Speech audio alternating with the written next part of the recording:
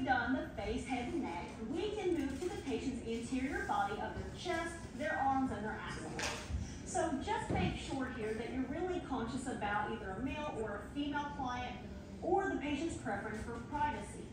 Now, it's okay for our client, per our discussion, that we're going to go ahead and expose the chest. Now, it's really helpful when you've got two people, you can have someone working on each side. So we're going to start with our washcloth with mild soap. Then we're going to start on the patient's chest.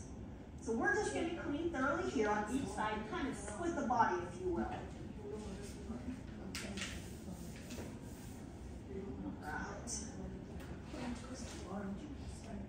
Get the patient's arms.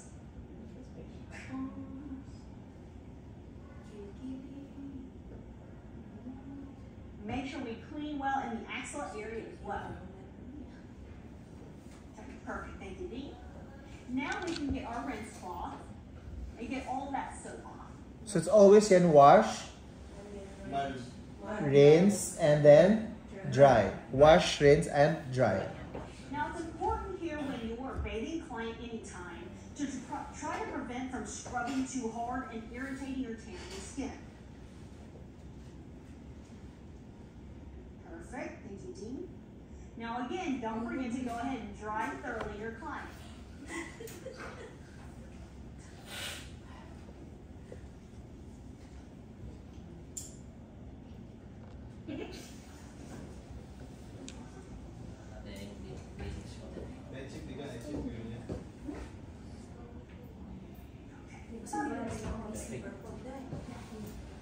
So now that we've thoroughly dried our client, we're going to go ahead and cover them back up to prevent chilling and provide practice. So para po sa chest, arms, and axilla, ano ba? Yes. So start muna tayo doon sa chest before we move to the arm. So at this point naman, hindi mo na, pwede mo siyang ilagay itong towel natin, patanggalin na natin siya kay patient, and then sabihin natin sa kanya that we're moving to the chest area. Ngayon, kung mobile naman yung patient natin, pwede natin siyang ilagay sa ilalim, or as is na kung hindi naman siya movable, or kung hindi siya makakagala, kasi baka mamaya magkaroon pa siya ng further injuries. So for now, ilagay na muna natin siya sa isang tabi. Then sabihin mo sa kanya, kung lalaki to, sir, move na muna po tayo doon sa chest area natin.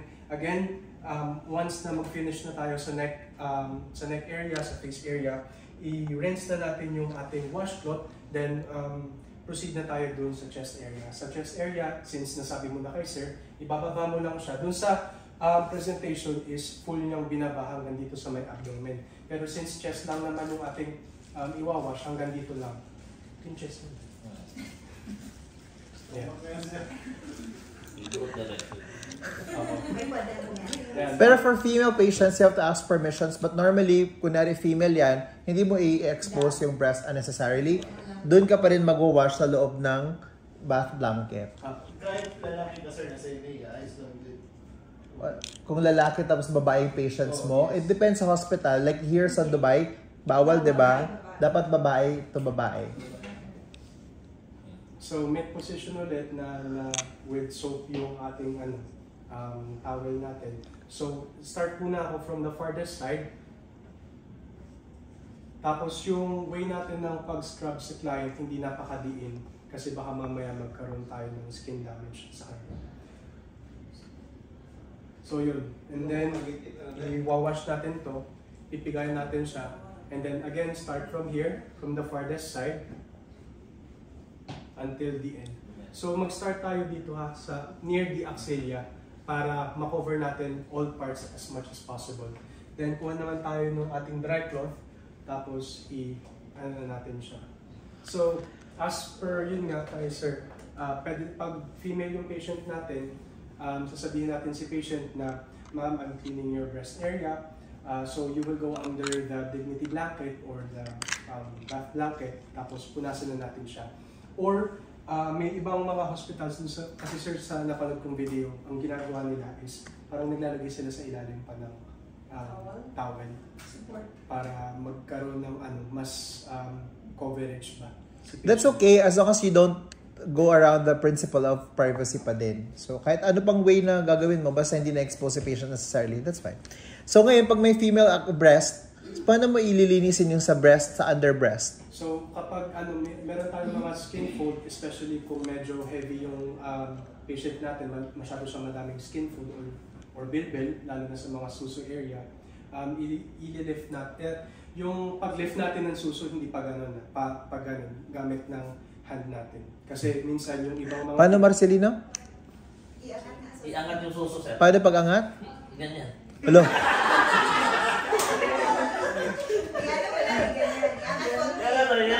Hindi ganyan. Paano mag-angat? Pakita mo nga. Paano... Ay, alam mo yan. Paano?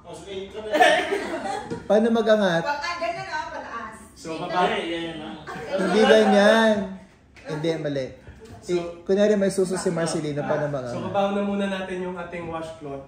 Tapos, sabihin natin sa patient natin, I'll start washing your breast area. So, with this covered siya, yung hand natin, insert natin pababa, and then try to locate the breast area. Tapos, ililift natin slightly lang, hindi naman yung ganun na ganun.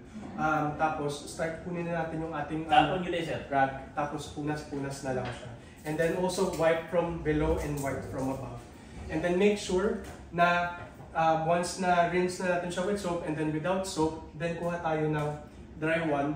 Make sure na double check natin na tuyong-tuyo yung area na yun. Kasi kapag moist yung area, pwede siya maging bahay ng odor, bacteria, or maging form ng bed sores. So, then, yung mga bacteria, they thrive in the area na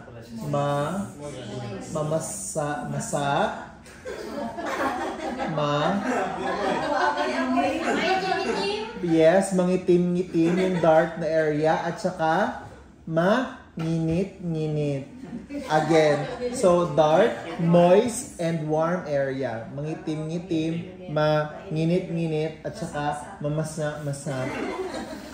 So, kaya importante na i-wipe it dry talaga. Wash, rinse, and dry. So, tapos na tayo dun sa chest, breast, kung sa female, and then, sana tayo? Next po is sa arm and sa kilikili. Okay, game. So, dito na lang ako sa side natin. Yan, sir. Hindi din yan. Straight lang. Straight lang. Yan.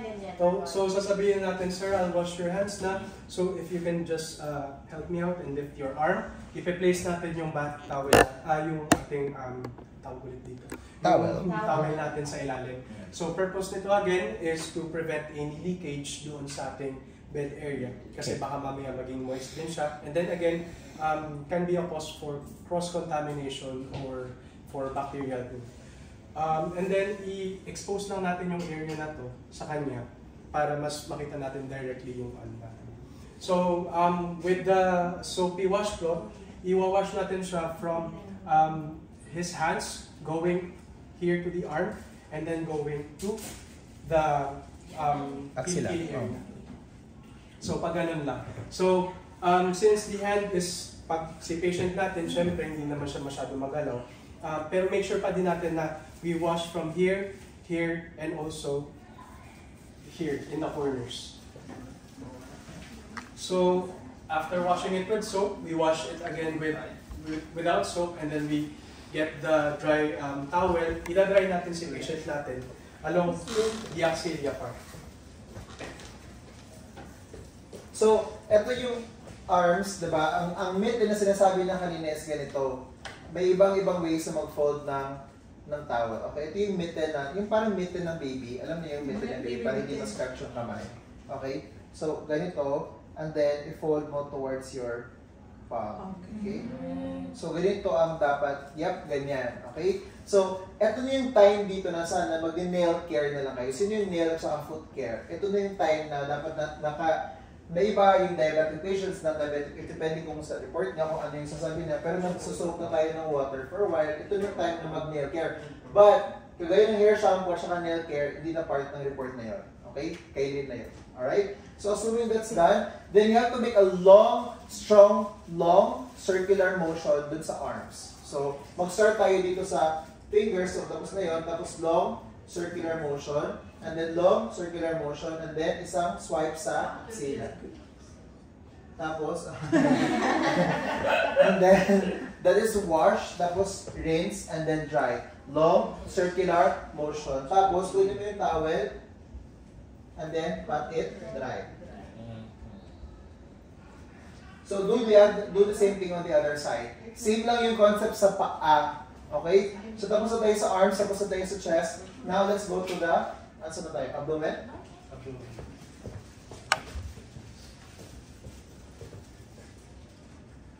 Yun na ba yun?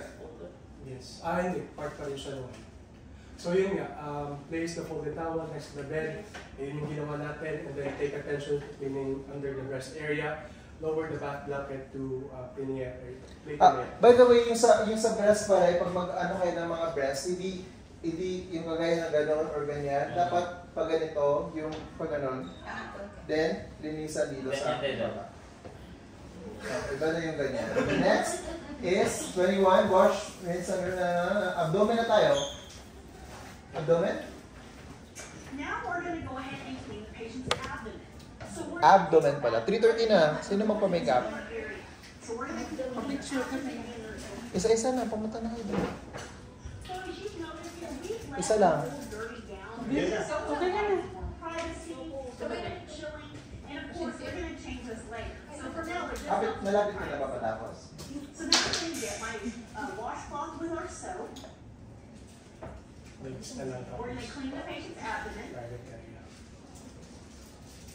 So sa abdomen, you have to just to make sure yung mga folds na iiwasan mo yung mga folds alam pag mataba. Expose mo ba? Expose nila, Now no? we're going to make sure we rinse thoroughly. Tapos may towel dito. And then, dito tayo mag... Circular mo. And then we're going to Tapos pat buksan na natin ito. Pagkarisyo na yun, pero. So, mag-picture mo. Sige, isa lang. Circular motion. Oo.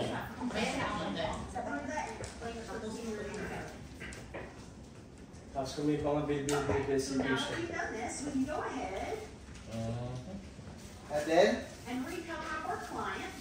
And now we can take out that old gown. Thank you, Dean. Now we're going to clean the patient. legs. Legs. O, legs na. Sakpan mo lang dito. Makita ang buwan. Siguro mo sino. Ang gitik. Tapos, legs na. Yes, po. And then, Sa private part, hindi na. Abdomen. Hindi. legs muna tayo. Legs. Okay. Gusto mo na dun sa private Kasama mo sa report mo yun or may iba nare-report ng pericare? Kasama po sa akin. Okay. So, same ang concept sa legs, right? So, itong legs, ilagay mo dito sa towel. Tapos, ano yung motion? Long, circular motion. Long, circular motion, plus isang wipe dun sa singit. And then, wash, and then, Dry. wash, tapos, rinse, and then, dry. Tapos, itong paa na to, yung foot care naman, dapat ito na rin yung time na naka-soak din yung paa niya for nail care. Okay, so tapos na tayo doon. So, punta na tayo doon sa exciting part. Wow! So for the sake of demonstration, kailangan talaga natin, sir, pakita. Para ma-alive si Maria Cecilia. Kasi nahandok na si Mary Grace. So we're going to take our next, washcloth ano na ba? soap again. Tapos ako sa lids. Wash, rinse, and dry. Repeat. Okay, make sure the patient's covered for privacy. Assist patient to prone and sideline position, blah, blah, blah, blah. Yung back. This is the point to where, as you see, Dean's diagram is up. This is really helpful if your patient can, because when I roll the client to the side of Dean, if they're able to, they can grab onto that side rail and help steady themselves. But that's also why Dean's there, because he can help support your client in that position. So ano na to? Back and buttocks. Sometimes there's a bad back for hands, get a little bit it's hard to get on those runs. Okay, so now we're ready. We go ahead and help him roll the client to the side. Now, Itang lubot. in the posterior Ikaw side. lubot, sir. Igul. While rolling, that's a great technique. Alam niya, tulog na rin nanay ako. Ano daw? Tagalog. Masarap na itutulog. Uy, pamilya na, may cutter na. Sarap ito mo. Tapos towel. After bed bath, it's a great time to shake out the bed linen. Now the waiting wall inclined to their side, we're exposing the posterior part of the patient's body. And again, great idea to leave the side roll up and being there supporting them. So I'm going to get my washcloth with mild soap. And this is a great time to catch maybe the back of the head or the neck that you may have missed on the interior side. And thoroughly cleanse the patient's posterior back.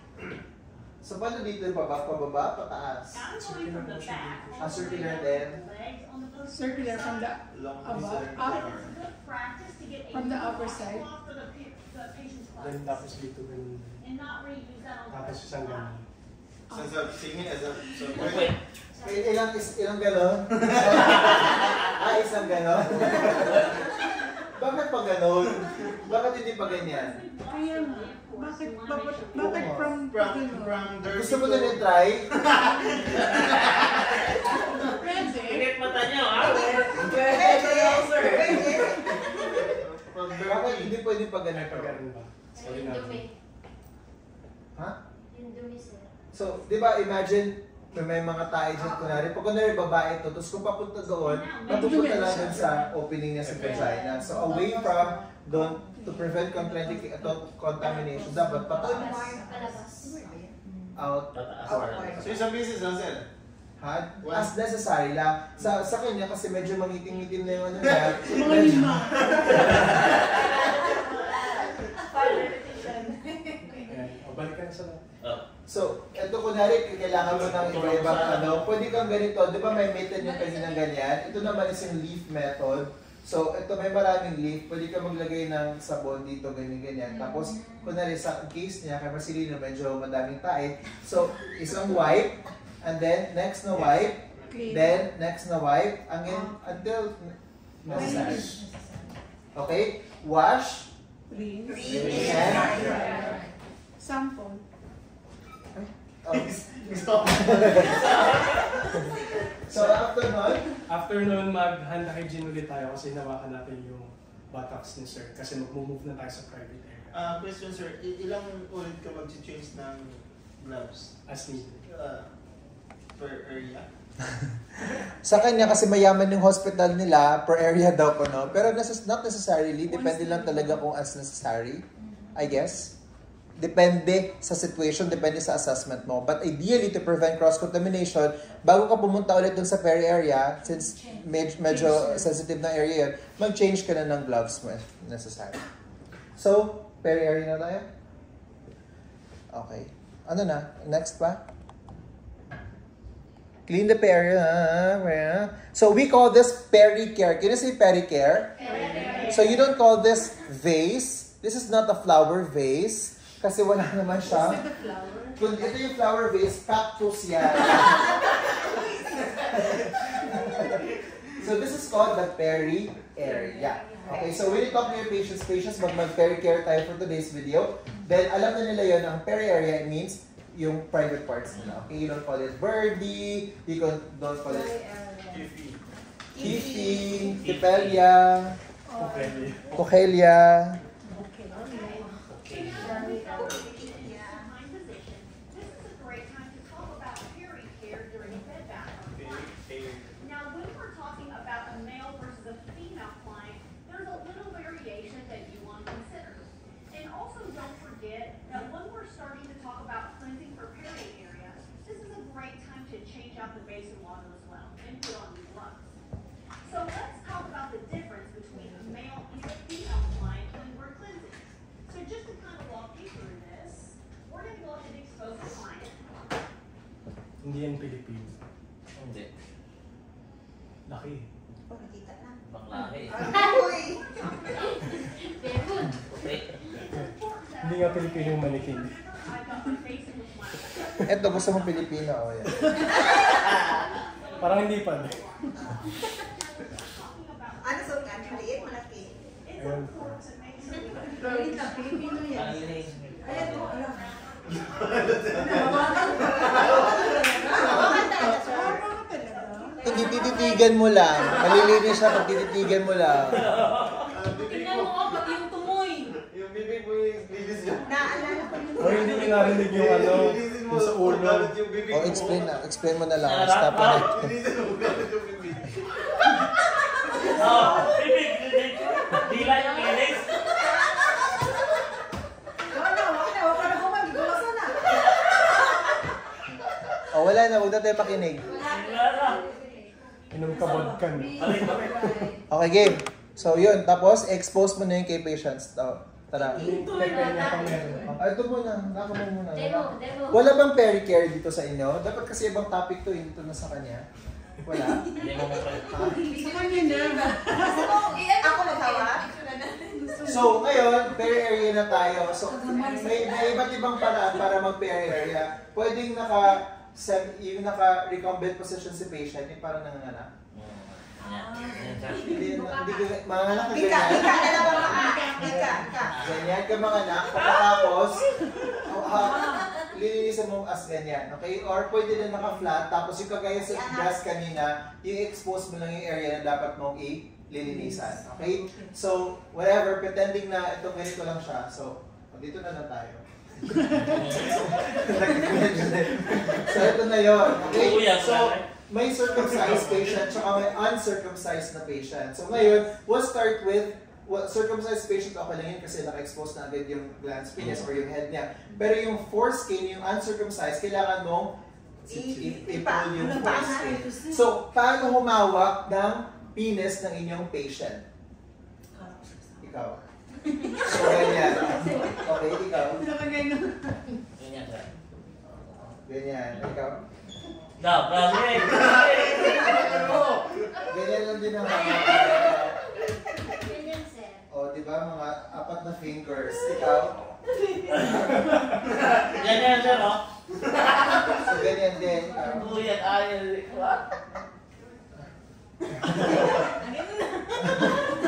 Alam mo, no? Complex So, ganyan lang daw, 3 sa kanya. Ikaw. Dili niya isa, lalat ko. Oo. Arky! Bakit ikaw, Day? Ang ganon. Siguro sa likod. Very mindful, very demure, and very artsy. So as much as possible, do not stimulate the patient's penis with all your fingers and all your might and glory, di ba? So, pero not too much food na parang So, I think yung 1 to 2 fingers yung gano'n, yung firm na touch, not necessarily sensual na touch kasi this area is very sensitive. Anytime pwede magkaroon ng erection yung patient. So the next question is, what will you do if the patient starts getting an erection during the bed bath procedure? Yun mas madali yun siya. Oo, kasi matigas na eh. So what do you do? Do you continue? Do you stop? Do you ask the patient first? So, sir, okay lang ba? Tapusin natin. Nasarapan ka ba? Tapusin natin, sir.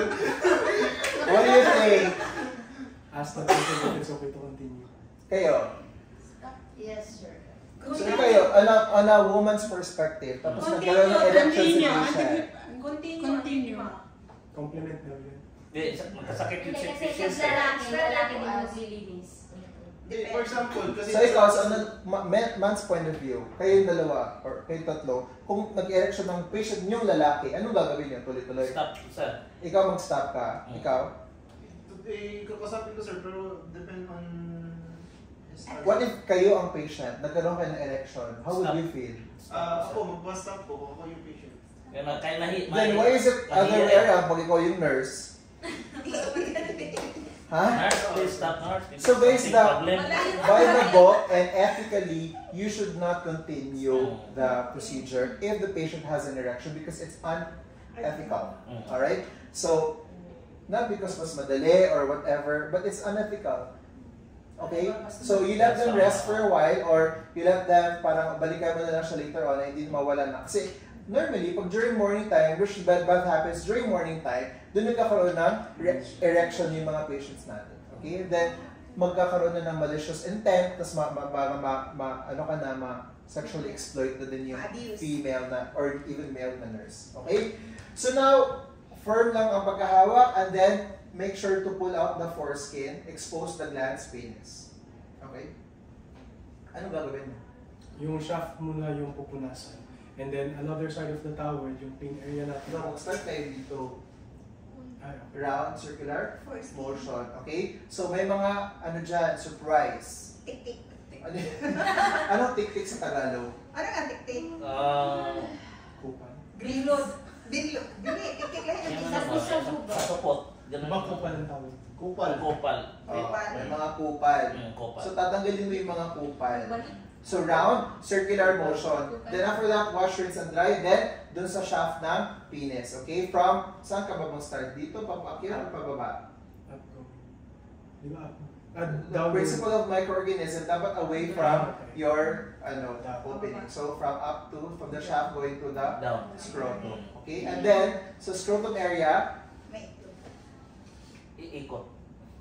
Ganun yung bilang. Round. okay? So, yun na lang papunta dun sa baba. Hindi pabalik from the anus going to the scrotum. So, from scrotum going down dun sa back side niya. Cool? So, that's wash, rinse, and dry. For female naman, Labia. labia. Love you. Labia. Yan ang hirap. Ano ba? Ano siya? Parang i-open mo yung labia niya. Hindi. Ganun mo eh. Pisngi. Parang i-open mo kasi meron din Kasi yan. baka may Ano? microfibers na mag-stuck sa ano. Ay, hindi. So, yung sinabi lang dun sa video is dito lang sa labas. Sa labas. Gilid. Paano Tapos pag dapat away nag-moist from, siya? Maamoy din. then make sure dry. Ah. Hugasan mo na tubig. Okay, so you know we're done with the anatomy, right? So first for women, you have to advise them, or even for male patients, you have to ask them if they're willing to help themselves or kung kailangan ba nila ng assistance. Kung kailangan ko ng assistance, kunwari ako lang, kaya ko, ikaw na maglagay sa akin ng mitten. So imitin mo yung kamay ko. So pag umitin ng kamay ko, so sir, pag magwa-wipe po tayo, you have to wipe it from where? From down to up. So from puwet to vagina? Or No, from vagina to So from front to back? Do you agree? Yes. From Ayan. up to So down. kung umihi kayo ngayon, paano kayo naglinis? Pababa or paakyat? Pakyat. Pakyat. Circle yan. Ha? Pababa. Pag ganyan? Pag ano, tap. Hindi, ganyan sa taas mo. Ganyan, no? Tap pataas. Sa Ano taas. Up, pababa. Sa lubog yan, sa lubog. So it's from front to back. So ma'am, pawipe na lang po tayo sa upper area natin ng front to back. Kasi papasok mo dun sa loob niya. So paliko ako itong babae. So from front to back. Okay? And then use another area from front to back. Tapos dun from front to back until you feel clean and safe. Pero pag hindi naman nakamitin, pwede kang gumamit ng leaf method or leaf methods na ganyan. Okay? Tapos sabon.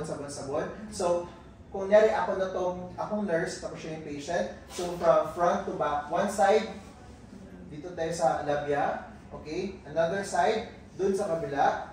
Okay? Another side, dun sa gitna, kung kailangan mo ng gitna. And then another side, dito sa mons pubis. Pabaliktad ito yung ino. Sorry. Baliktad. So and then, ganyan. Okay? So hindi mo pwedeng gamitin yung one side na igaganon-ganon mo siya. Ganyan. Alright? Then yan. Wash, and then rinse, and then dry. Tapos na. Next. Tapos iba din yung case pag naka-catheter si patient. So from catheter, may catheter sa inyo, right? Oh, so let's talk about catheter next time. Next. So, a few more steps to take. Pag the patient put on clean gown, So anong ulit yung gown? Anong mauna since we're putting a new gown? Na ano yung uuna natin? Yung with IV, without IV? With With IV. without IV. With With IV. With IV first. With IV. Ay, balik. I-clarify mo ha? With IV. Ipapasok na, balik. Pagtatanggalin. Bago na yung gown. Pagbago na, with IV. Bago. So with IV na muna tayo. With IV and then without IV. Pero in the beginning, without IV and then with IV. So that, change the bed linens, dispose all the soiled linens, protect pillow with towel. Once complete, ensure patient is comfortable. Thank you for your attention.